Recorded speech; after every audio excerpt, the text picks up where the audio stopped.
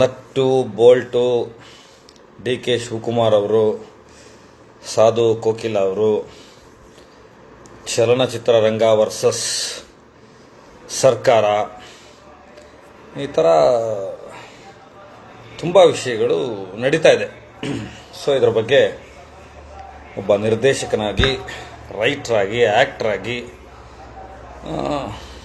ಸಮಾಜದ ವಿಷಯಗಳಿಗೆ ಸ್ಪಂದಿಸೋನಾಗಿ ಮಾತಾಡಬೇಕು ಅನ್ನಿಸ್ತು. ಹಾಗಾಗಿ ಒಂದೊಂದು ಮಾಧ್ಯಮಕ್ಕೆ ಹೋದರೆ ಇನ್ನೊಂದು ಮಾಧ್ಯಮ ಬೇಸರ ಮಾಡಿಕೊಳ್ಳುತ್ತೆ ಅಂತೇಳಿ ನೇರವಾಗಿ ನನ್ನ ಫೇಸ್ಬುಕ್ ಲೈವ್ ಬಂದಿದ್ದೀನಿ. ಎಲ್ರಿಗೂ ನಮಸ್ಕಾರ. ಮೊದಲನೇದಾಗಿ ರವಿ ಗಣಿಗ ಅಂತ ಒಬ್ಬರು ಶಾಸಕರಿದ್ದಾರೆ. ಅವರು ನನ್ನ ಸ್ನೇಹಿತರು ಕೂಡ ಹೌದು. ಮಂಡ್ಯ ಜಿಲ್ಲೆಯ ಕಾಂಗ್ರೆಸ್ ಪಕ್ಷದ ಶಾಸಕರು. ಈ ಕಾಂಗ್ರೆಸ್ಸಲ್ಲಿದ್ದಾರೆ ಅವರು. ಈಗ ಅಲ್ಲಿಂದ ಶುರು ಮಾಡೋಣ. ಅವರೊಂದಷ್ಟು ಹೇಳಿಕೆಗಳನ್ನು ಕೊಡ್ತಾರೆ. ಇವಾಗ ಎಲ್ಲರೂ ಚಿತ್ರರಂಗದವ್ರನ್ನ ತುಂಬ ಹೀನಾಯವಾಗಿ ಬೈಯುವ ಒಂದು ಸರದಿ ಶುರುವಾಗಿದೆ. ಕೆಲವರ ಓರಲ್ ಡಿಸೆಂಟ್ರಿಗಳು, ಬಾಯಿಬೇದಿಗಳು ತುಂಬ ಜೋರಾಗಿ ನಡೀತಾ ಇದೆ. ಎಲ್ಲ ಸ್ನೇಹಿತರಿಗೆ ಸ್ವಾಗತ. ಯಾರ್ಯಾರು ನೋಡ್ತಾ ಇದ್ದಾರೆ ಅವರ ಹೆಸರುಗಳು ಕೆಲವಿಲ್ಲಿ ಬರ್ತಾ ಇದೆ. ರವಿ ಗಣಿಗ ಅವರಿಂದ ಶುರು ಮಾಡೋಣ. ಶಾಸಕರು ಹಿಂದೆ ಪತ್ರಕರ್ತರಾಗಿದ್ದವರು, ನನ್ನ ಗೆಳೆಯರು ಕೂಡ ನನ್ನ ಸಂಪರ್ಕದಲ್ಲಿರೋರೆ. ಅವರು ಒಂದಷ್ಟು ಸಿನಿಮಾ ನಟರುಗಳ ಬಗ್ಗೆ, ಕಲಾವಿದರುಗಳ ಬಗ್ಗೆ, ಸಿನಿಮಾ ಚಿತ್ರರಂಗದವ್ರ ಬಗ್ಗೆ, ಚೇಂಬರ್ ಬಗ್ಗೆ ಒಂದು ಅಪಹಾಸ್ಯ ಮಾಡಿ, ವ್ಯಂಗ್ಯ ಮಾಡಿ ಒಂದಷ್ಟು ಮಾತಾಡಿದ್ದಾರೆ. ಅದು ಅವರು ಆಕ್ರೋಶ ಹೊರಹಾಕಿದ್ದಾರೆ. ಅದು ಅವರ ಇಷ್ಟ. ಆದರೆ ಅವರು ಹೆಸರುಗಳನ್ನು ತಗೋಬೇಕಾಗಿತ್ತು. ಯಾರ ಬಗ್ಗೆ ನಾನು ಮಾತಾಡ್ತಾ ಇದ್ದೀನಿ, ಏನು ಅನ್ನೋದು ಹೆಸರುಗಳನ್ನು ತಗೊಂಡು ನಿರ್ದಿಷ್ಟವಾಗಿ ಒಂದಷ್ಟು ಸರಿಯಾದ ಅಂಶಗಳು ಮತ್ತು ಗ್ರಹಿಕೆಗಳು, ಮಾಹಿತಿಗಳ ಜೊತೆ ಮಾತನಾಡಿದಿದ್ರೆ ಒಂದು ತೂಕ ಬರ್ತಾ ಇತ್ತು. ಆದರೆ ಅವರು ಉತ್ತರ ಕುಮಾರನ್ ಪೌರುಷದ ಥರ ಹೆಸರುಗಳನ್ನು ತಗೊಳ್ಳದೆ ಏನೋ ಒಂದಷ್ಟು ಲೇವಡಿ ಮಾಡಿಕೊಂಡು ಮಾತನಾಡಿದ್ದಾರೆ. ಸೊ ಅವರಿಂದ ಮೊದಲಿಗೆ ಶುರು ಮಾಡೋಣ. ನೀವು ಯಾರ್ಯಾರ ಬಗ್ಗೆ ಮಾತಾಡಿದಿರಿ ರವಿ ಗಣಿಗ ಅವರೇ? ಅವ್ರನ್ನ ರಾಕಿಂಗ್ ಸ್ಟಾರ್ ಯಶ್ ಅಂತಾರೆ, ಬಾದ್ಶಾ, ಕಿಚ್ಚ, ಸುದೀಪ ಅಂತಾರೆ, ರಿಯಲ್ ಸ್ಟಾರ್ ಉಪೇಂದ್ರ ಅಂತಾರೆ, ಶಿವಣ್ಣ ಅಂತಾರೆ, ಡಾಕ್ಟರ್ ಶಿವರಾಜ್ ಕುಮಾರ್ ಸರ್ ಅಂತಾರೆ. ಇವ್ರ ಬಗ್ಗೆ ಎಲ್ಲ ನೀವು ಒಂದಷ್ಟು ಮಾತುಗಳನ್ನು ಆಡಿದಿರಿ. ನೀವು ಯಾರ್ದೋ ಪರವಾಗಿರ್ತೀರಿ, ಅದು ನಿಮಗೆ ಬಿಟ್ಟಂಥ ವಿಚಾರ, ಅದು ಬೇರೆಯವ್ರಿಗೆ ಸಂಬಂಧ ಇಲ್ಲ. ಆದರೆ ವಿಧಾನಸೌಧದ ಮೆಟ್ಟಿಲುಗಳ ಮೇಲೆ ಕಾರ್ಯಕ್ರಮ ಮಾಡಿದ್ವಿ, ಅವ್ರ್ಯಾರು ಬರಲಿಲ್ಲ, ಇವ್ರ್ಯಾರು ಬರಲಿಲ್ಲ ಅಂತೆಲ್ಲ ಒಂದಷ್ಟು ಮಾತಾಡಿದಿರಿ. ಬ್ಯಾನ್ ಮಾಡಬೇಕು ಅಂತ ಮಾತಾಡಿದಿರಿ. ಪ್ರಶಸ್ತಿ ನಿರಾಕರಣೆಗಳ ಬಗ್ಗೆ ಮಾತಾಡಿದಿರಿ. ಇದ್ರ ಬಗ್ಗೆ ಒಂದು ಚರ್ಚೆ, ಒಂದು ಸಂವಾದ. ನೀವಂತೂ ಸಂವಾದಕ್ಕೆ ಬರಲ್ಲ. ಹಾಗಾಗಿ ನನ್ನ ಮನಸ್ಸಿನ ಮಾತನ್ನು ನನ್ನ ಗೆಳೆಯರ ಜೊತೆ ಹಂಚ್ಕೋತಾ ಇದ್ದೀನಿ. ಮೊದಲನೇದಾಗಿ ನಿಮ್ಮ ಮಾತನ್ನ ಉಲ್ಟಾಯಿಂದ ಬರ್ತೀನಿ. ಇಂಥವ್ರ ಸಿನಿಮಾಗಳನ್ನೆಲ್ಲ ಬ್ಯಾನ್ ಮಾಡಿಬಿಡ್ಬೇಕು ಅಂತ ಮಾತಾಡ್ತೀರಿ. ನೀವು ಒಬ್ಬ ಜವಾಬ್ದಾರಿಯುತ ಶಾಸಕರಾಗಿ, ಪತ್ರಕರ್ತರಾಗಿದ್ದವರು ಬ್ಯಾನ್ ಅನ್ನೋ ಪದ ಮಾತಾಡ್ತೀರಿ. ನಿಮ್ಮ ಮೇಲೆ ಯಾರದೇ ಫ್ಯಾನ್ಸು, ಯಾರದೇ ಪರವಾಗಿರೋರು ನ್ಯಾಯಾಲಯಕ್ಕೆ ಹೋದರೆ ಮೊದಲು ಮಾನನಷ್ಟ ಮೊಕದ್ದಮೆ ಆಗುತ್ತೆ. ಚಿತ್ರರಂಗಕ್ಕೆ ಸಂಬಂಧಪಟ್ಟಂತೆ ಬ್ಯಾನ್ ಅನ್ನುವ ಮಾತನ್ನ ನೀವು ಆಡುವ ಹಾಗೆ ಇಲ್ಲ. ಒಬ್ಬ ಶಾಸಕರಾಗ ಮಾತನ್ನೇ ನೀವು ಆಡಬಾರ್ದು. ನಿಮ್ಗೆ ಕನಿಷ್ಠ ಮಾಹಿತಿ ಪ್ರಜ್ಞೆ ಇರಬೇಕಾಗಿತ್ತು. ಯಾರದೇ ಚಿತ್ರನ ಬ್ಯಾನ್ ಮಾಡ್ತೀನಿ ಮಾಡೋಕ್ಕಾಗುತ್ತಾ ನಿಮ್ಮ ಕೈಲಿ? ಎಲೆಕ್ಷನ್ ಹತ್ರ ಬರ್ತಾ ಇದೆ, ಇನ್ನೇನು 1-2 ವರ್ಷ ಇರಬೇಕೇನೋ. ಯೋಚನೆ ಮಾಡ್ಕೊಂಡು ಮಾತಾಡಬೇಕು. ಹಿಟ್ಲರ್ ಥರ ಆಡಬಾರ್ದು. ನೀವು ಶಾಸಕರಾಗಿದ್ದೀರಿ ಅನ್ನೋ ಕಾರಣಕ್ಕೆ. ನೀವು ಡಿ ಕೆ ಶಿವಕುಮಾರ್ ಅವರ ಪಕ್ಷದಲ್ಲಿದ್ದೀರಿ, ಆದರೆ ನೀವು ಡಿ ಕೆ ಶಿವಕುಮಾರ್ ಅಲ್ಲ. ಅಂಬರೀಷ್ ಅವರ ಜಿಲ್ಲೆಯಿಂದ ಗೆದ್ದು ಬಂದಿದ್ದೀರಿ, ಆದರೆ ನೀವು ಅಂಬರೀಷ್ ಅಲ್ಲ. ಮೊದಲನೇ ಸಲ ಶಾಸಕರಾಗಿದ್ದೀರಿ, ಇನ್ನೂ ಮಂತ್ರಿಗಳಾಗಬೇಕಾಗಿದೆ. ರಾಜಕಾರಣದ ಜೀವನ ತುಂಬ ಮುಂದೆ ಹೋಗಬೇಕಾಗಿದೆ. ಮಾಹಿತಿ ಕೊರತೆ ಇಟ್ಟುಕೊಂಡು ಮಾತಾಡಬಾರ್ದು. ಮೊದಲನೇದಾಗಿ ರವಿ ಗಣಿಗ ಅವರೇ, ಬ್ಯಾನ್ ಅನ್ನೋ ಪದ ನೀವು ವಾಪಸ್ ತಗೋಬೇಕು, ಕ್ಷಮೆ ಕೇಳಬೇಕು. ಇಲ್ಲಾಂದರೆ ಯಾರ್ಯಾರ ಅಭಿಮಾನಿಗಳು ನಿಮ್ಮನ್ನು ಹಿಡಿದು ನಿಲ್ಲಿಸಿ, ಕೊಳಪಟ್ಟು ಹಿಡಿದು ಎಲ್ಲೆಲ್ಲಿ ಪ್ರಶ್ನೆ ಕೇಳ್ತಾರೋ ನಿಮಗೆ ಗೊತ್ತಿಲ್ಲ. ಅಸಹಕಾರ ಅಂತ ಮಾತ್ರ ಮಾತಾಡ್ಬೋದು, ಬ್ಯಾನ್ ಅಂತ ಮಾತನಾಡುವಾಗಿಲ್ಲ.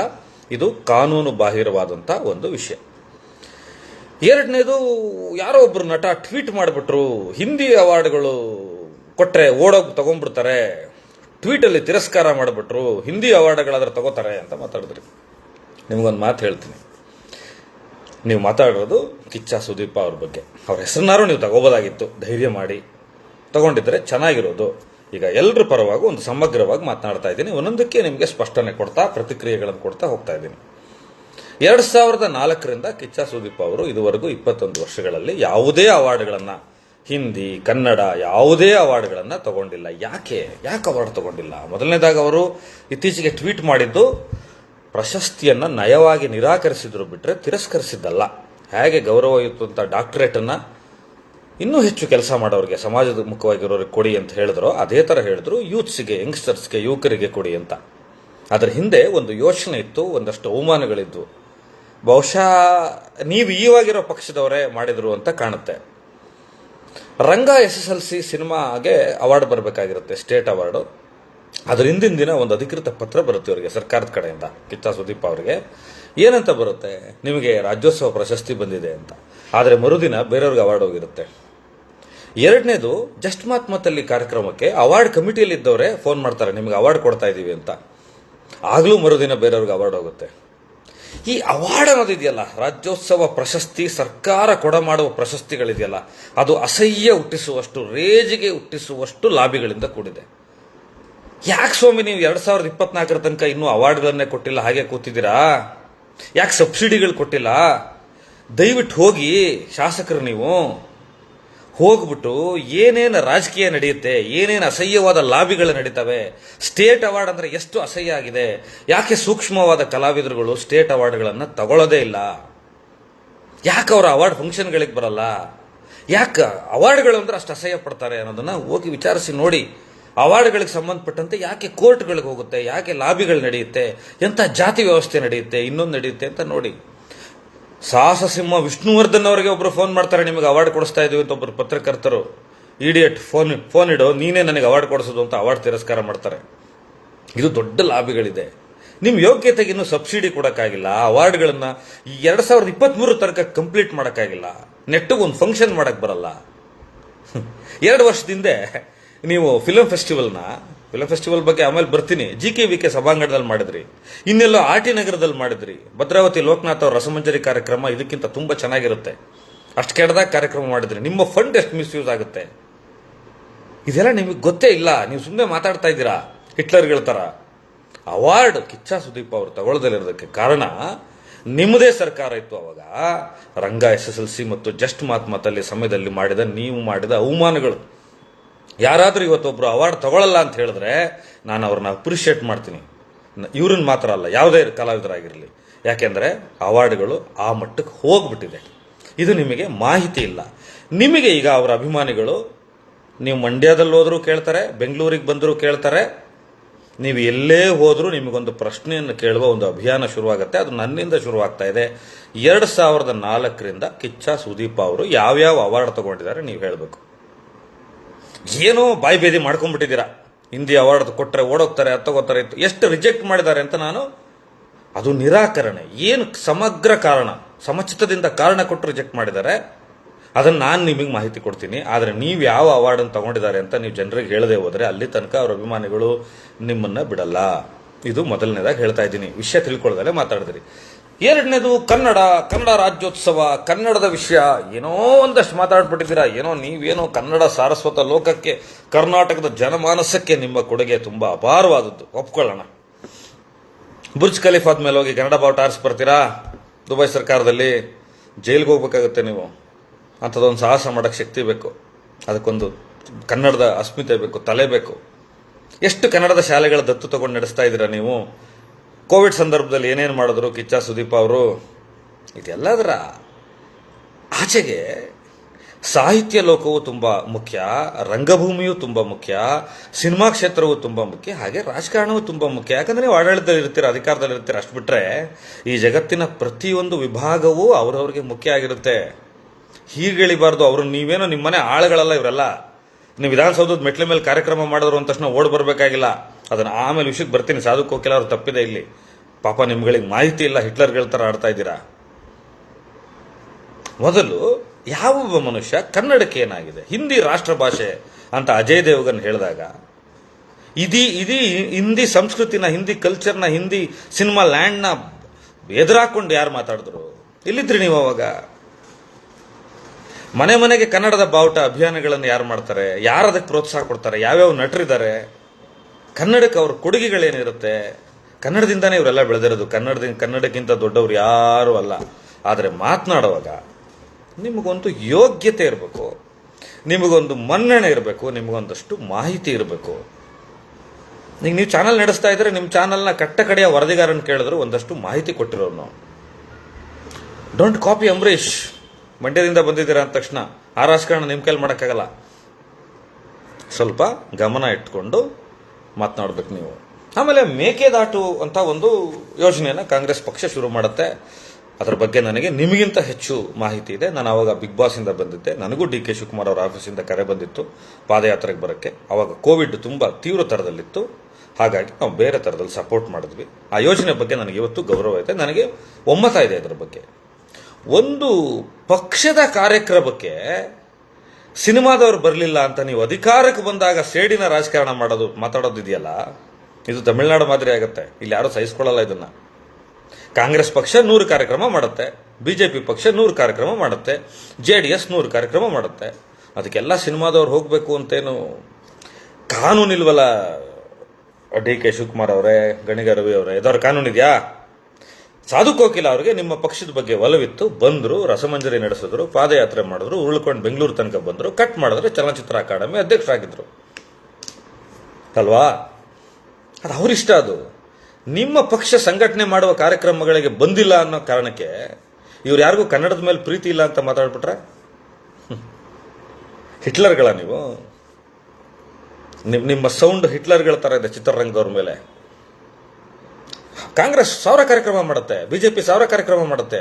ಅದಕ್ಕೆ ಬರಬೇಕು ಅಂತ ರೂಲ್ಸ್ ಇಲ್ಲ, ಕಾನೂನಿಲ್ಲ. ಅದು ಅವ್ರವ್ರ ಇಷ್ಟ. ನೀವು ಒಳಗೊಳ್ಳುವಿಕೆ, ನೀವು ಹೇಗೆ ಒಳಗೊಳ್ತಾ ಇದ್ದೀರಾ ಅವ್ರನ್ನೆಲ್ಲ ಅನ್ನೋದ್ರ ಮೇಲೆ ಹೋಗುತ್ತೆ. ಡಿ ಕೆ ಶಿವಕುಮಾರ್ ಅವರಿಗೆ ಸಾಧು ಕೋಕಿಲ್ ಅವರು ಏನು ಇನ್ಫಾರ್ಮೇಶನ್ ಫೀಡ್ ಮಾಡಿದ್ರೋ ಗೊತ್ತಿಲ್ಲ. ಒಂದಷ್ಟು ಹಿಟ್ಲರ್ ಥರ ಮಾತನಾಡಿದ್ದಾರೆ. ನೀವು ಅದನ್ನು ಫಾಲೋ ಮಾಡಿದ್ದೀರಾ ಗಣಗ ರವಿ ಅವರೇ. ನಾನು ಹೇಳ್ತಾ ಇದ್ದೀನಿ, ಅಭಿಮಾನಿಗಳು 100% ನಿಮ್ಮನ್ನು ಕೊಳ್ಪಟ್ಟು ಹಿಡಿದು ಕೇಳ್ತಾರೆ, ದಾರಿಲಿ ಕೇಳ್ತಾರೆ. ಇನ್ನ ಉತ್ತರ ಕೊಡಬೇಕು ನೀವು ಎಲ್ಲರಿಗೂ. ಆ ಸ್ಥಾನಕ್ಕೆ ಬಂದು ನಿಂತುಬಿಟ್ರಿ ನೀವೇನೆ, ಮಾಹಿತಿ ಕೊರತೆ ಇಟ್ಕೊಂಡು ಮಾತಾಡ್ಬಿಟ್ಟು. ನಿಮ್ಮ ಪಕ್ಷ ಮಾಡೋ ಕಾರ್ಯಕ್ರಮಕ್ಕೆ ನಾವೆಲ್ಲರೂ ಬರಬೇಕು ಅಂತ ರೂಲ್ಸ್ ಇಲ್ಲ. ಮೂರನೇದು, ಇದೇನೋ ನಟ್ಟು ಬೋಲ್ಟು ಅಂತ ಬರ್ತಾ ಇದೆ, ಫಿಲಂ ಫೆಸ್ಟಿವಲ್ ಅಂತ ಬರ್ತಾ ಇದೆ. ನಾನು 2 ಅಂತಾರಾಷ್ಟ್ರೀಯ ಚಲನಚಿತ್ರೋತ್ಸವ ಕನ್ನಡ ನಾಡಲ್ಲಿ ನಡೆದಾಗ ಆರ್ಗನೈಸೇಷನ್ ಕಮಿಟಿಲಿ ಕೆಲಸ ಮಾಡಿದ್ದೀನಿ. ಒಂದು ಅಂತಾರಾಷ್ಟ್ರೀಯ ಚಲನಚಿತ್ರೋತ್ಸವಕ್ಕೆ ಜೂರಿಯಾಗಿ ಕೆಲಸ ಮಾಡಿದ್ದೀನಿ. ಒಬ್ಬ ನಿರ್ದೇಶಕ ಆಗಿದ್ದೀನಿ. ಇವಾಗಲೂ 7 ಸಿನಿಮಾಗಳಲ್ಲಿ ಕೆಲಸ ಮಾಡ್ತಾ ಇದ್ದೀನಿ. ರೈಟರ್ ಆಗಿದ್ದೀನಿ, ಆ್ಯಕ್ಟರ್ ಆಗಿದ್ದೀನಿ, ಡೈರೆಕ್ಟರ್ ಆಗಿದ್ದೀನಿ. ನನಗಂತೂ ಯಾವುದೇ ಒಂದು ವಾಟ್ಸಪ್ಪಲ್ಲೂ ಕೂಡ ಒಂದು ಇನ್ವಿಟೇಷನ್ ಬಂದಿಲ್ಲ, ಯಾವುದೇ ಮಾಹಿತಿ ಕೂಡ ಇಲ್ಲ. ಆದರೆ ನಮ್ಮ ಗ್ರೂಪ್ಗಳಲ್ಲಿ ನಮ್ಮ ಕಿವಿಗೆ ಬೀಳ್ತಾ ಇರೋದು ಸಾಧು ಕೋಕಿಲ ಅವರು ನಡೆಸ್ತಾ ಇರುವ ಈ ಅಂತಾರಾಷ್ಟ್ರೀಯ ಚಲನಚಿತ್ರೋತ್ಸವ ಏನಿದೆ ಅದರಲ್ಲಿ ನಡೀತಾ ಇರುವ ಲಾಬಿಗಳು, ಸಿನಿಮಾಗಳ ಆಯ್ಕೆ ಲಾಬಿಗಳು, ಬೇರೆದ್ರ ಬಗ್ಗೆ ಚರ್ಚೆ ಆಗ್ತಿದೆ. ಬಿಟ್ಟರೆ ಕಿಚ್ಚ ಸುದೀಪ್ ಅವ್ರಿಗೆ, ಯಶ್ ಅವ್ರಿಗೆ, ಉಪೇಂದ್ರ ಅವ್ರಿಗೆ ನೀವು ಇನ್ವಿಟೇಷನ್ ಕೊಟ್ಟಿದ್ದೀರಾ? ನಿಮಗೊಂದು ಚಾಲೆಂಜ್ ಮಾಡ್ತೀನಿ ರವಿಗಣಿಗ. ಒಂದು ಇನ್ವಿಟೇಷನ್ ಕೊಟ್ಬಿಟ್ಟಿದ್ದಾರೆ ಕೇಳಿ, ಒಂದು ಆಹ್ವಾನ ಕೊಟ್ಬಿಟ್ಟಿದ್ದಾರೆ ಕೇಳಿ ಸಾಧು ಕೋಕಿಲ ಅವರು. ಏನೇನು ನಡೆಯುತ್ತೆ ಚಲನಚಿತ್ರ ಅಕಾಡೆಮಿಯಲ್ಲಿ? ಎಷ್ಟು ಅಪಭ್ರಂಶಗಳು ನಡೀತವೆ ನಿಮಗೆ ಗೊತ್ತಾ? ಅದರ ಹಿಂದಿನ ರಾಜಕಾರಣಗಳೇನು ಗೊತ್ತಾ? ನಿಮ್ಮ ರಾಜಕಾರಣದ ಕ್ಷೇತ್ರಗಳಿಗಿಂತ ಹೆಚ್ಚು ನಡೆಯುತ್ತಿಲ್ಲ ರಾಜಕಾರಣ. ಇಲ್ಲಿ ಯಾರು ಕರೆದಿಲ್ಲ. ಇದು ಯಾವುದು ಕಡಾಖಂಡಿತ ಅಲ್ಲ. ವಿಧಾನಸೌಧದ ಮೆಟ್ಲ ಮೇಲೆ ಮಾಡಿ ಅಂತ ಹೇಳೋದಕ್ಕೆ ನಿಮಗೇನು ಯಾರು ಬಂದು ಗೋಗರ್ದಿಲ್ಲ. ನಿಮಗೆ ಚಿತ್ರರಂಗದವರಿಂದ ಪಬ್ಲಿಸಿಟಿ ಬೇಕು, ನಿಮ್ಮ ಪಕ್ಷಕ್ಕೆ ಒಳ್ಳೆ ಹೆಸರು ಬರಬೇಕು, ನೀವು ಮಾಡ್ಕೋತೀರ ಹ್ಯಾಂಡ್ ಇನ್ ಗ್ಲೌಸ್ ಥರ. ಇಲ್ಲಿ ಸಿನಿಮಾದವರು ಬೇಕು, ರಾಜಕಾರಣದವರು ಬೇಕು, ರಂಗಭೂಮಿಯವರು ಬೇಕು, ಸಾಹಿತ್ಯದವರು ಬೇಕು. ಎಲ್ಲರಿದ್ರೆ ಒಂದು ಸಮಾಜ ಆಗೋದು. ಇಲ್ಲದೆ ಹೋದ್ರೆ ಆಗೋದಿಲ್ಲ ಅದು. ನೀವು ಅಧಿಕಾರದಲ್ಲಿದ್ದೀರಿ ಅಂದ ತಕ್ಷಣ ಹಿಟ್ಲರ್ ಆಗಿ ಪರಿವರ್ತನೆ ಆಗೋಕ್ಕಾಗಲ್ಲ. ನೀವು ಬಿಜೆಪಿಯವರು ಇದ್ರು ಅವರು ಆಗಕ್ಕಾಗಲ್ಲ, ಕಾಂಗ್ರೆಸ್ನವರು ಇದ್ರು ಅವರಿದ್ರು ಆಗಕ್ಕಾಗಲ್ಲ. ಚಲನಚಿತ್ರೋತ್ಸವದ ಅಪಭ್ರಂಶಗಳ ಬಗ್ಗೆ ಯಾರು ಮಾತನಾಡ್ತಾರೆ? ನಮಗೆ ಒಂದು ಇನ್ವಿಟೇಷನ್ ಇಲ್ಲ. ಕಿಚ್ಚ ಸುದೀಪ್ ಅವ್ರಿಗೆ ಬಿಡಿ, ಯಶ್ ಅವ್ರಿಗೆ ಬಿಡಿ. ನೀವು ಸಾಧು ಕೋಕಿಲ ಅವ್ರಿಗೆ ಎಲ್ಲರನ್ನೂ ಒಳಗೊಳ್ಳಕ್ಕಾಗ್ತಾ ಇಲ್ಲ, ಎಲ್ಲರನ್ನೂ ಕರೆದುಕೊಳ್ಳಕ್ಕಾಗ್ತಾ ಇಲ್ಲ, ಎಲ್ಲರನ್ನೂ ತಪ್ಪಿಕೊಳ್ಳಕ್ಕಾಗ್ತಾ ಇಲ್ಲ, ಹಬ್ಕೊಳ್ಳಕ್ಕಾಗ್ತಾ ಇಲ್ಲ, ಒಂದು ಚಿತ್ರೋತ್ಸವನ ಸಕ್ಸಸ್ಫುಲ್ ಮಾಡೋಕ್ಕಾಗ್ತಾ ಇಲ್ಲ. ಅವರ ಅಸಹಾಯಕತೆಗೆ, ಅವ್ರು ಮಾಡಿರೋ ಎಡವಟ್ಟುಗಳಿಗೆ ನೀವು ಇಡೀ ಚಿತ್ರರಂಗನ ಬೈತೀರಾ? ಸಾಧು ಕೋಕಿಲ ಅವ್ರಿಗೆ ರಾಜಕಾರಣಿನ, ಸಿನಿಮಾದವರ, ಏನಾಗಿ ಉಳಿದಿದ್ದಾರೆ ಗೊತ್ತಿಲ್ಲ. ಅವರು ಸಂಪೂರ್ಣವಾಗಿ ಯಾವುದಾಗಿದ್ದಾರೆ ಗೊತ್ತಿಲ್ಲ, ಅಥವಾ ಎರಡೂ ಆಗಿದ್ದಾರೆ ಗೊತ್ತಿಲ್ಲ. ಅವರೇ ಒಂದು ಚಾನಲ್ ಹೇಳಿಕೆ ಕೊಡ್ತಾರೆ, ಈ ಸೂಪರ್ ಸ್ಟಾರ್ಗಳನ್ನು ಕರೆದ್ರೆ 20-30 ಜನ ಬರ್ತಾರೆ, ಇನ್ನೇನು ಅವರೊಬ್ಬರೇ ಬರ್ಬೇಕಾ ನಡ್ಕೊಂಡು ಮನೆಯಿಂದ? ಅವರಿಗೆ ಆಸನದ ವ್ಯವಸ್ಥೆಗಳು ನಮಗೆ ಮಾಡೋಕ್ಕಾಗಲ್ಲ, ಕಷ್ಟ ಆಗುತ್ತೆ ನಮಗೆ ಅಂತ ಹೇಳ್ತಾರೆ. ಈ ಎರಡರಲ್ಲಿ ಯಾವುದ್ರಿ ಸತ್ಯ? ನೀವು ಕರೆದಿಲ್ಲ ಅನ್ನೋದು ಸತ್ಯನಾ, ಅಥವಾ ಅವ್ರು ಬಂದಿಲ್ಲ ಅನ್ನೋ ಸತ್ಯನಾ, ಅಥವಾ ನೀವು ಮಾತನಾಡೋ ಥರದ ಅಪಭ್ರಂಶಗಳ ಸತ್ಯನಾ? ಆಯಿತು, ಈಗ ಸ್ಟಾರ್ಗಳು ಬಂದಲ್ಲಿ ಏನು ಮಾಡಬೇಕು? ಅಂತಾರಾಷ್ಟ್ರೀಯ ಚಲನಚಿತ್ರೋತ್ಸವದಲ್ಲಿ ಅವ್ರನ್ನ ಒಳಗೊಳ್ಳಕ್ಕೆ ನೀವೇನು ಮಾಡ್ತಾ ಇದ್ದೀರಾ?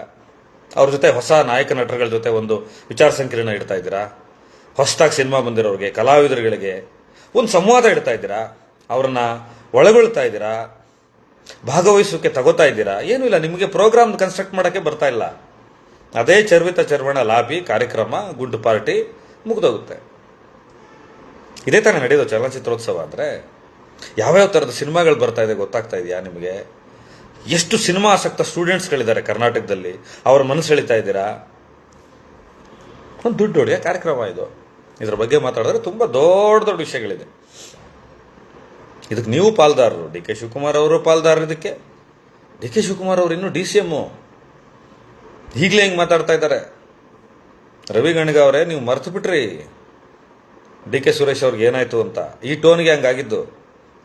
ನೀವೆಲ್ಲ ನಿಮ್ಮನ್ನು ನಾವು ತುಂಬ ಪ್ರೀತಿಸ್ತೀವಿ, ಅಭಿಮಾನಿಸ್ತೀವಂಥ ರಾಜಕಾರಣಿಗಳು ನೀವು. ಐಡಿಯಾಲಜಿ ಕಾರಣಕ್ಕೆ ನೀವು ಕೆಟ್ಟ ಐಡಲ್ಗಳಾಗಬಾರ್ದು. ಎಲ್ಲ ಮಾತಾಡಿಕೊಂಡು ನಟ್ಟು ಬೋಲ್ಟೋ ಲೆವೆಲಿಗೆ ಮಾತಾಡಬಾರ್ದು.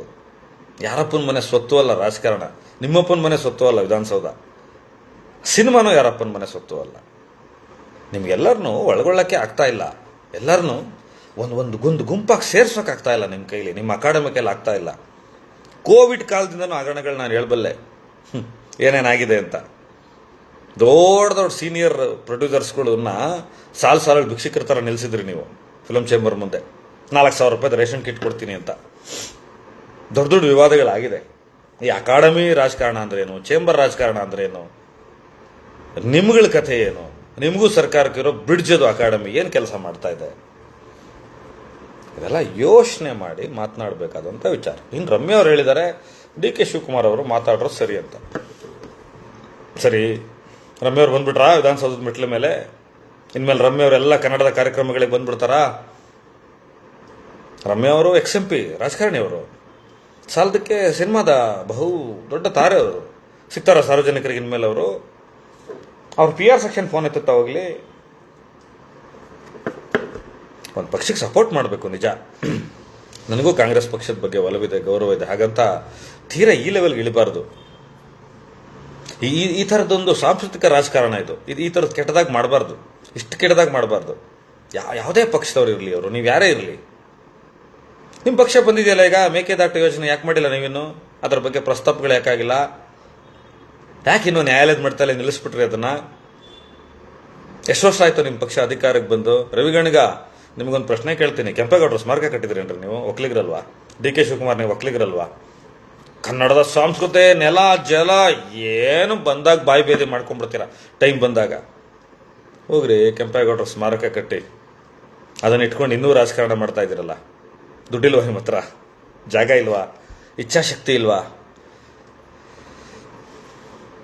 ಇದನ್ನು ಎಲ್ಲ ಏನೂ ಮಾಡದೆ, ವಿಚಾರಗಳು ತಿಳ್ಕೊಳ್ಳದೆ ನೀವು ಹಾರ್ಷಾಗಿ ಮಾತಾಡ್ಬಿಡ್ತೀರಾ ಚಲನಚಿತ್ರ ರಂಗದವ್ರ ಬಗ್ಗೆ.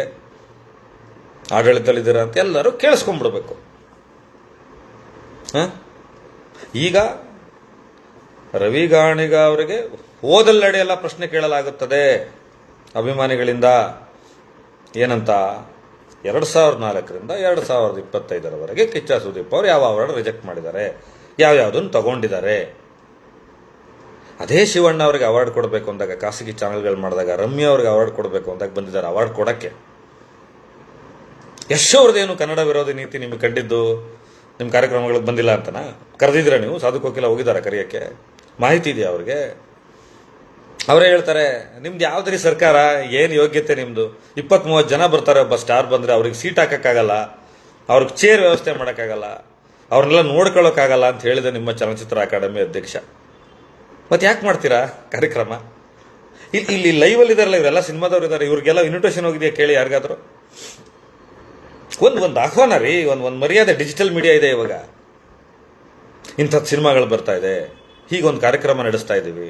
ಮೊದಲನೇದಾಗಿ ಚಲನಚಿತ್ರೋತ್ಸವ ಅನ್ನೋದೇ ಒಂದು ಲಾಬಿ, ಅದಕ್ಕೆ ನಾವು ಹೋಗೋದೇ ಬಿಟ್ಬಿಟ್ಟಿದ್ದೀವಿ. ಏನೂ ಇರಲ್ಲ ಅದರಲ್ಲಿ. ಒಂದಷ್ಟು ಒಳ್ಳೆ ಸಿನಿಮಾಗಳನ್ನು ತೋರಿಸ್ತೀರ ಅನ್ನೋದು ಬಿಟ್ಟರೆ ಬೇರೆ ಏನೂ ಇರಲ್ಲ. ಅದನ್ನು ತುಂಬ ಅದ್ಭುತವಾದಂಥ ಕಾರ್ಯಕ್ರಮವಾಗಿ ರೂಪಿಸ್ಬೋದು ನೀವು ಮನಸ್ಸು ಮಾಡಿದ್ರೆ. ಏನಾಗಿದೆ, ಇದೊಂದು ಶೋಕಿ ರಾಜಕಾರಣಿಗಳಿಗೆ, ಚಿತ್ರೋದ್ಯಮದವ್ರನ್ನ ಬೈದು ಬಿಡೋದು. ಅವ್ರು ಆ ಹೋರಾಟಕ್ಕೆ ಬರ್ತಿಲ್ಲ. ಎಷ್ಟು ಹೋರಾಟ ಮಾಡಿದ್ದಾರೆ ಈ ಕನ್ನಡ ಪರ ಹೋರಾಟಗಾರರು? ಒಂದಷ್ಟು ಜನ ಮಾತಾಡ್ಬಿಡ್ತಾರೆ. ಏನೇನು ಕೆಲಸ ಮಾಡಿದ್ದಾರೆ? ನೀವು ಮೊದಲು ಅವ್ರ ಹತ್ರಕ್ಕೆ ಹೋಗೋದು ಕಲ್ತ್ಕೊಳ್ಳಿ, ಅವ್ರನ್ನ ನಿಮ್ಮ ಹತ್ರಕ್ಕೆ ತಗೊಳ್ಳಿ. ಬರ್ತಾರೆ, ಖಂಡಿತವಾಗ್ಲೂ ಬರ್ತಾರೆ. ಯಾರು ಏನು ಕನ್ನಡದಕ್ಕಿಂತ ದೊಡ್ಡವರಲ್ಲ. ನೀವು ರಾಜಕಾರಣಿಗಳು ಇಷ್ಟ ಅಸಡ್ಡೆಯಿಂದ ಹಿಟ್ಲರಿಸಮ್ ಮಾಡಬಾರ್ದು. ನಡೆಯೋದು ಇಲ್ಲ ಅದು ಕರ್ನಾಟಕದಲ್ಲಿ. ತಮಿಳುನಾಡು ಶೈಲಿಯ ರಾಜಕಾರಣ ಇಲ್ಲಿ ನಡೆಯಲ್ಲ. ನಿಮಗೆ ಇವತ್ತು ವಿಜಯ್ ಅನ್ನುವ ಒಂದು ಥ್ರೆಟ್ ಯಾಕೆ ತಮಿಳುನಾಡಲ್ಲಿ ಅಷ್ಟು ದೊಡ್ಡದಾಗಿ ರಾಜಕಾರಣ ಥ್ರೆಟ್ ಆಗಿ ಬೆಳೆದಿದೆ ಅಂದರೆ ಅವ್ರ ಮನೆ ಮೇಲೆ ಬಿಜೆಪಿಯವರು ಐಟಿ ರೈಡ್ ಮಾಡಿಸಿದ್ದಕ್ಕೆ, ಸೆಂಟ್ರಲ್ ಗೌರ್ಮೆಂಟ್ನವರು. ಯಾಕೆ ಅಜಿತ್ ಯಾವ ಕಾರ್ಯಕ್ರಮಕ್ಕೂ ತಮಿಳುನಾಡಲ್ಲಿ ಬರಲ್ಲ? ಪವನ್ ಕಲ್ಯಾಣ್ಗೂ ಜಗನ್ಗೂ ಏನಾಯ್ತು? ಇವತ್ತು ಜಗನ್ ಪರಿಸ್ಥಿತಿ ಏನಿದೆ? ಕೇರಳದಲ್ಲಿ ಎಷ್ಟು ಜನ ಬಂದಿದ್ದಾರೆ? ಇದೆಲ್ಲವೂ ಉದಾಹರಣೆಯಾಗಿ ನಿಮ್ಮ ಕಣ್ಣೆದುರುಗಡೆ ಇರುತ್ತೆ. ಥ್ರೆಟ್ಗಳಾಗಿ ಪರಿವರ್ತನೆ ಆಗ್ಬಿಡ್ತಾರೆ. ಹುಷಾರು ರಾಜಕಾರಣ ಮಾಡುವಾಗ. ನೀವು ಜನರ ಪರವಾಗಿರ್ಬೇಕು. ಏನು ಮಾಡಿದ್ದೀರಾ ಜನರ ಪರವಾಗಿ? ರವಿಗಣಿಗ ಕೆಲಸ ನೀವು ಏನು ಮಾಡಿದ್ದೀರಾ? ಲಿಸ್ಟ್ ಕೊಡಿ ನೋಡೋಣ. ಕನ್ನಡದ ಪರವಾಗಿ ನಿಮ್ದು ಏನು ಕೆಲಸ ಇದೆ? ನೀವೆಷ್ಟು ಕನ್ನಡದ ಪರ ಕಾರ್ಯಕ್ರಮಗಳಿಗೆ ಬಂದಿದ್ದೀರಾ? ಏನೇನೆಲ್ಲ ಕಾರ್ಯಕ್ರಮಗಳು ರೂಪಿಸಿದ್ದೀರಾ? ನಿಮ್ಮ ಕನ್ನಡ ಅಭಿವೃದ್ಧಿ ಪ್ರಾಧಿಕಾರ ಏನು ಮಾಡ್ತಾ ಇದೆ ಹೇಳಬೇಕಲ್ವ ನೀವು? ಬಾಯಿ ಬೇದಿ ಮಾಡೋದನ್ನ ನಿಲ್ಲಿಸ್ಕೊಳ್ಳಿ. ಸ್ಪಷ್ಟವಾಗಿ ಮಾತನಾಡೋದು ಕೇಳಿ. ಟೇಕ್ ನೇಮ್ಸ್, ಹೆಸರುಗಳು ತಗೊಳ್ಳಿ. ಇಂಥವ್ರ ಬಗ್ಗೆನೇ ಮಾತಾಡ್ತಾ ಇದ್ದೀವಿ, ಈ ಕಾರಣಕ್ಕೆ ಮಾತಾಡ್ತಾ ಇದ್ದೀವಿ. ಈಗ ಹೇಳಿ, ರಂಗ SSLC ಟೈಮಲ್ಲಿ ಆದ ಅವಮಾನ ಇದೆಯಲ್ಲ, ಜಸ್ಟ್ ಮಾತಲ್ಲಿ ಆದ ಅವಮಾನ ಇದೆಯಲ್ಲ, ಅವ್ರಿಗೆ ಅಂತಲ್ಲ, ಯಾವುದೇ ಕಲಾವಿದರಿಗೆ ನೀವು ಫೋನ್ ಮಾಡಿಬಿಟ್ಟು ಅವಾರ್ಡ್ ಕೊಡ್ತೀವಿ ಅಂತ ಹಿಂದಿನ ದಿನ ರಾತ್ರಿ ಹೇಳಿ ಲೆಟರ್ ಕಳಿಸಿ, ಹೌದಾ ಕೊಡಿ ಪರವಾಗಿಲ್ಲ ಅಂತ ಹೇಳಿದಾಗ ಮರುದಿನ ನೀವು ಬೇರೆಯವ್ರಿಗೆ ಅವಾರ್ಡ್ ಕೊಡೋದು. ಎಷ್ಟು ಲಾಬಿಗಳು, ಎಷ್ಟು ಕೋರ್ಟ್ ಕೇಸ್ಗಳು, ಅದ್ರ ಬಗ್ಗೆ ಎಷ್ಟು ಜೂರಿ ಮೆಂಬರ್ಗಳ ಬಗ್ಗೆ ಕೇಸು. ಕಾರ್ಯಕ್ರಮ ಮಾಡೋಕ್ಕಾಗಿದೆಯಾ ನಿಮ್ಮ ಕೈಲಿ? ಯಾಕ್ರೆ 2023 ತನಕ ಸಬ್ಸಿಡಿನೇ ಕೊಟ್ಟಿಲ್ಲ ರವಿಗಣಿಗ, DK ಶಿವಕುಮಾರ್ ಅವರೇ? ಅದಕ್ಕೆ ಬೇರೆ ಒಂದು ಹೋರಾಟ ನಡೀತಾರಲ್ರಿ, ಅದು ನಿಮ್ಮ ಗಮನಕ್ಕೆ ಬಂದಿಲ್ವೇನ್ರಿ? ಯಾಕೆ ಅವಾರ್ಡ್ಗಳು ಇಶ್ಯೂ ಮಾಡಿಲ್ಲ? ಇನ್ನು ಅವಾರ್ಡ್ಗಳ ಕಾರ್ಯಕ್ರಮಗಳು ಮಾಡಿಲ್ಲ. ಒಂದು ಸಂತೆ ಥರ ಮಾಡ್ತೀರಾ, ಅದನ್ನಾರು ಮಾಡಿ. ನೀವು ಟ್ಯಾಕ್ಸ್ ಫ್ರೀ ಮಾಡದೆ ಹೋದರೆ ನಿಮಗೆ ಚಿತ್ರರಂಗದವ್ರು ಬೇಕು. ಏನು ಚಿತ್ರೋದ್ಯಮ ಇರೋದಿಲ್ವಾ? ಚಿತ್ರೋದ್ಯಮ ಕ್ರಿಯೇಟಿವ್ ಸೆಕ್ಟರ್, ಅದನ್ನು ನೀವು ಸರ್ವನಾಶ ಮಾಡೋಕ್ಕಾಗಲ್ಲ. ಚಿತ್ರರಂಗನ ಸರ್ವನಾಶ ಮಾಡೋಕ್ಕಾಗಲ್ಲ, ಯಾವುದೇ ಕ್ಷೇತ್ರನ ಮಾಡೋಕ್ಕಾಗಲ್ಲ. Sushil Kichcha, thank you brother. ಮಾಡೋಕ್ಕಾಗಲ್ಲ. ಸುಮ್ಮನೆ ನಿಮಗೆ ಚಿತ್ರೋದ್ಯಮದವ್ರು ಸಿಗ್ತಾರೆ. ಅದೊಂದು ಮಾತನ್ನು ಹೇಳಬೇಕು ರವಿಗಾಣಿಗ ಅವ್ರಿಗೆ, DK ಶಿವಕುಮಾರ್ ಅವ್ರಿಗೆ ಮತ್ತು ನಟ್ಟು ಬೋಲ್ಟ್ ಬಗ್ಗೆ ಮಾತಾಡ್ತಾರೆ. ಅವ್ರಿಗೆ ತುಂಬಾ ಹಿಂದೆ ಏನಾಯ್ತಲ್ಲಪ್ಪ,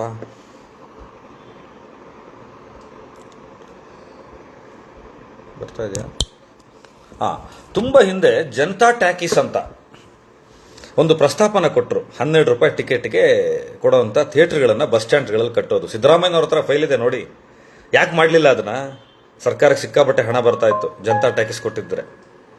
ನೀವು ಇಷ್ಟು ಯೋಗ್ಯತೆಯಿಂದ ಮಾತಾಡ್ತಾ ಇದ್ದೀರಲ್ಲ. ಚಿ ಉದಯಶಂಕರ್ ಮಗ ಚಿ ಗುರುದತ್ ಎಷ್ಟು ಅಲಿತಾ ಇದ್ದಾರೆ ಗೊತ್ತಾ ಸೈಟ್ ತಗೋಬೇಕು ಅಂತ? ರೀ, ಚಿ ಉದಯಶಂಕರ್ ಅಂತ ಒಂದು ಮಹಾನ್ ಚೇತನಕ್ಕೆ ನೀವು ಒಂದು ಸೈಟ್ ಕೊಟ್ಟಿಲ್ಲ ರೀ.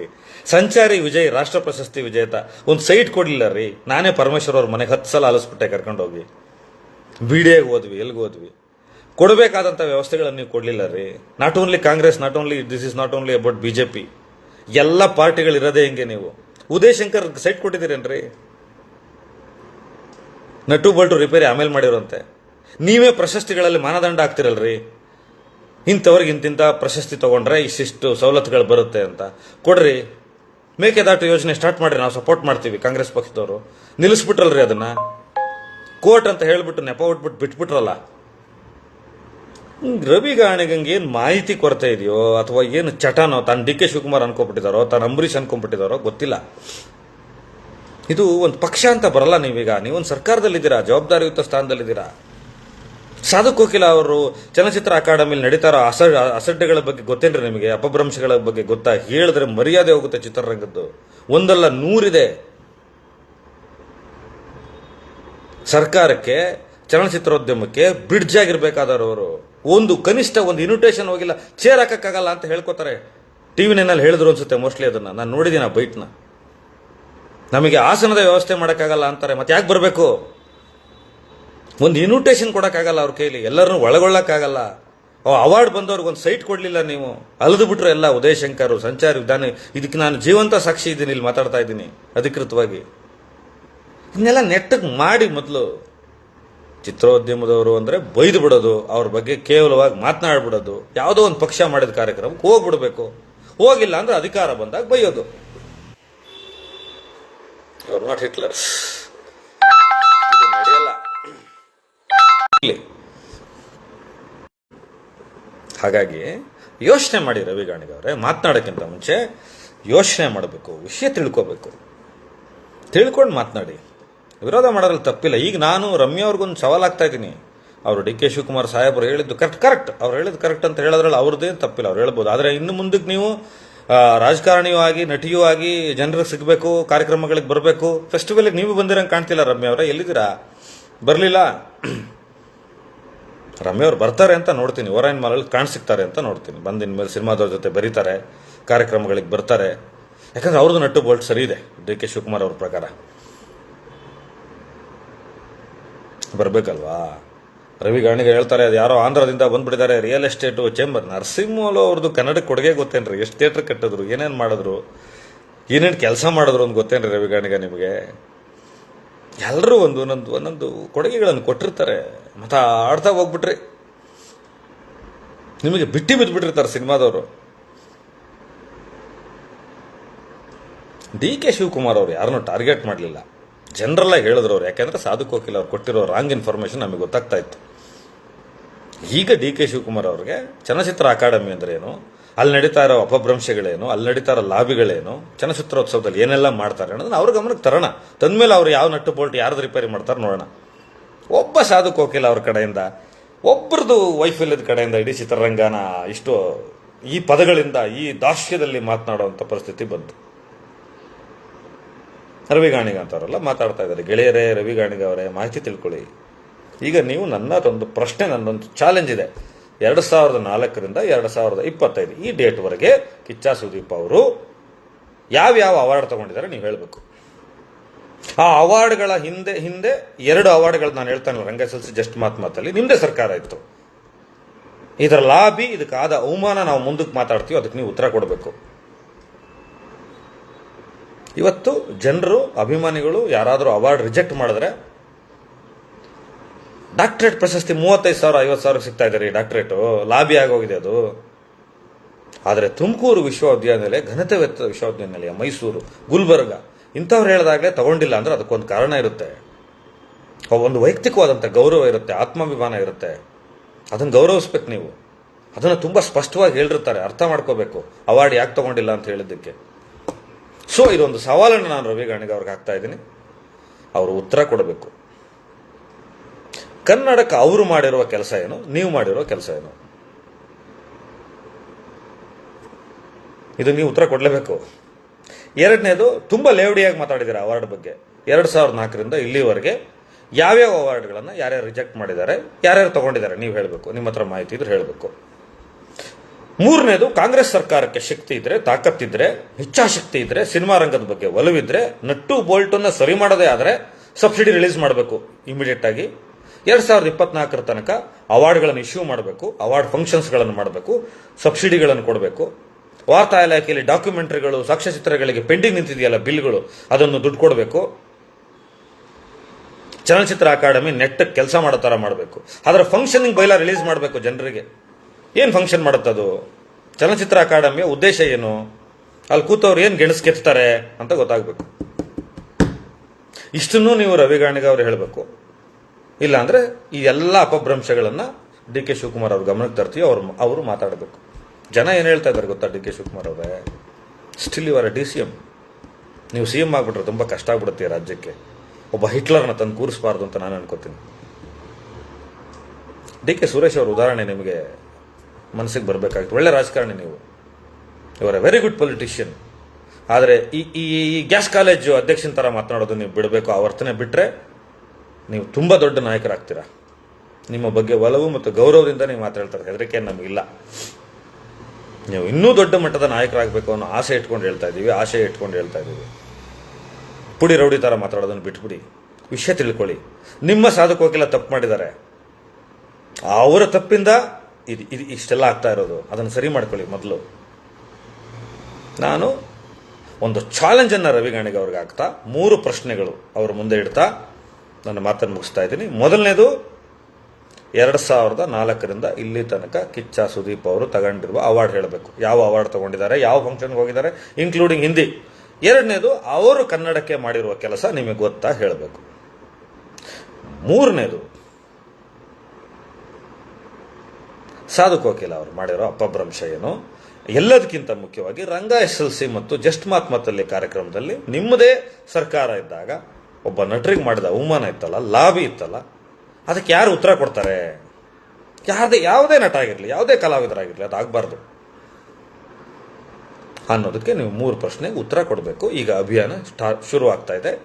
ಎಲ್ಲ ಅಭಿಮಾನಿಗಳು ಈ 3 ಪ್ರಶ್ನೆಗಳನ್ನು ನಿಮಗೆ ಕೇಳ್ತಾ ಹೋಗ್ತಾರೆ. ನೀವು ಹೋದ ಕಡೆ ಎಲ್ಲ ಉತ್ತರ ನೀವು ಕೊಡಬೇಕು. ಈ ಸವಾಲನ್ನು ಹಾಕ್ತಾ ನನ್ನ ಮಾತನ್ನು ಮುಗಿಸ್ತೀನಿ. ನಮಸ್ಕಾರ ಎಲ್ಲರಿಗೂ.